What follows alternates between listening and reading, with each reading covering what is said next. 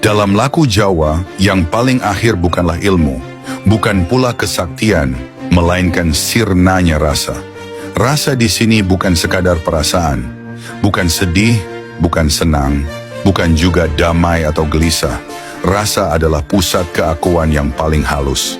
Tempat di mana aku masih merasa, aku ngalami, aku ngeraosake, aku wistekan, dan selama rasa itu masih ada, aku masih berdiri. Dalam kauruh Jawa, pikiran bisa ditundukkan, nafsu bisa dilemahkan, ego kasar bisa diluruhkan. Namun rasa adalah benteng terakhir. Ia tidak berisik, ia tidak sombong, ia bahkan tampak luhur. Rasa bisa berkata pelan, aku ikhlas, aku pasrah, aku manunggal. Padahal di balik itu, masih ada yang merasa ikhlas, masih ada yang merasa pasrah, masih ada yang merasa manunggal. Dan selama ada yang merasa, belum sirna. Sirna bukan dihilangkan, tapi luruh sendiri. Orang sering keliru, mengira sirna itu usaha, mengira sirna itu teknik. Padahal dalam Jawa, sirna tidak pernah dikejar. Sirna terjadi ketika semua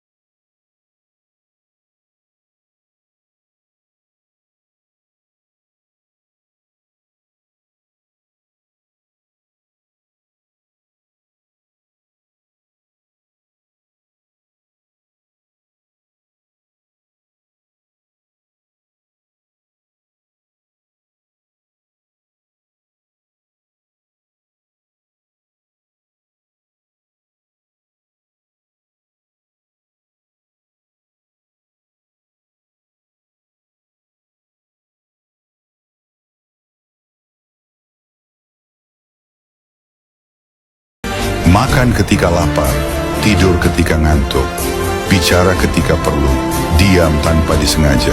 Semua sederhana, tanpa makna, tanpa rasa istimewa.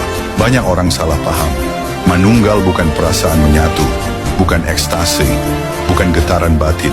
Dalam pemahaman Jawa dalam, manunggal terjadi justru setelah rasa sirna. Karena selama masih ada rasa menyatu, masih ada dua, yang menyatu dan yang disatui. Ketika rasa sirna, tidak ada lagi kaula, tidak ada lagi gusti. Yang ada hanyalah kahanan, keadaan apa adanya. Tanpa yang mengalami, tandanya rasa sudah sirna. Ini bukan ciri lahir, tetapi getaran batin. Tidak lagi tertarik bicara soal tingkat kesadaran. Tidak merasa perlu dipahami. Tidak ingin mengoreksi jalan orang lain. Tidak bangga pada keheningan, tidak takut kehilangan rasa apapun. Orang seperti ini sering dianggap biasa, kosong, bahkan tidak paham ngelmu. Padahal justru ia sudah di luar urusan rasa. Dalam Jawa, puncak bukan padhang, melainkan sepi ing pamrih. Bukan terang yang menyala, tetapi rasa yang padam. Ketika rasa sirna, tidak ada yang hilang. Yang hilang hanyalah yang selama ini mengaku memiliki hidup. Dan ketika itu lenyap, urip ora dadi duweke sopo-sopo, hidup mung kelakon. Dalam kauruh Jawa sejati, para sepuh tidak berkata rasa harus dimatikan. Mereka berkata lebih sunyi, rasa iku dudu duwe, rasa hanyalah lintasan. Ia datang karena kebiasaan aku mengklaim pengalaman. Ketika klaim itu dilepas, rasa tidak perlu diusir. Ia ora nemu papan kanggo manggon. Bukan rasa yang pergi, tetapi yang biasa memeluk rasa telah sirna. Ilmu tanpa rasa, sepi nanging urip. Pada titik ini, ilmu tidak lagi terasa dalam. Bukan karena dangkal,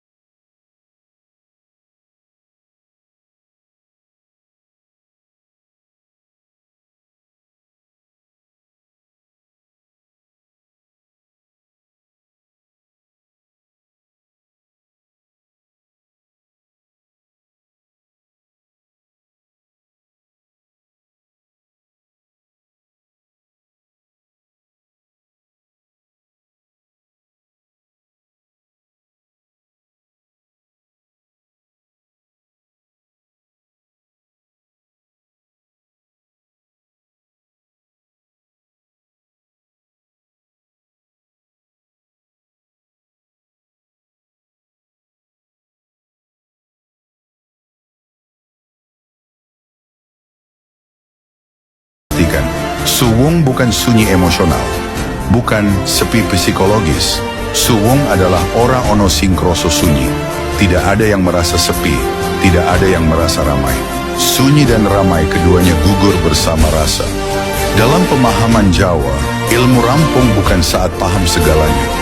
Ilmu rampung nalika ora ana sing rumangsa dua ilmu.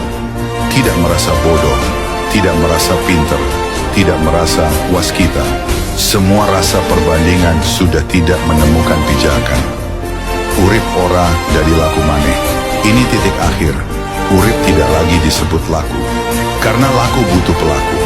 Di sini urip mung kelakon, tangan bergerak, mulut bicara, kaki melangkah, tanpa narasi batin yang berkata, aku sedang menjalani hidup. Para sepuh tidak berkata, kowe wes tekan ngendi. Mereka bertanya pelan, isi ono sing kroso ora? Jika jawabannya, ora ana, maka tidak ada lagi yang perlu dibicarakan. Bukan karena rahasia, tetapi karena ora ana maneh sing kudu didelikake. Rasa telah sirna, bukan karena dimatikan, tetapi karena sejak awal ora tahu dari sopo-sopo. Urip banjur mung ono, tanpa rasa, tanpa makna. Laning kahanan iku, ora ono padhang, ora ono peteng. Sing ono mung opo ononi. Pada akhirnya, yang disebut perjalanan tidak pernah benar-benar ada. Yang berjalan tidak pernah ditemukan. Yang sampai tidak pernah lahir. Yang sirna tidak pernah bisa ditunjuk. Semua itu hanya cara bahasa mengejar sesuatu yang sejak awal tidak pernah pergi. Dalam pemahaman Jawa sejati, rasa tidak disucikan, tidak pula dimusuhi. Ia hanya ditinggal ketika sudah tidak dibutuhkan. Bukan ditinggal dengan keputusan, tetapi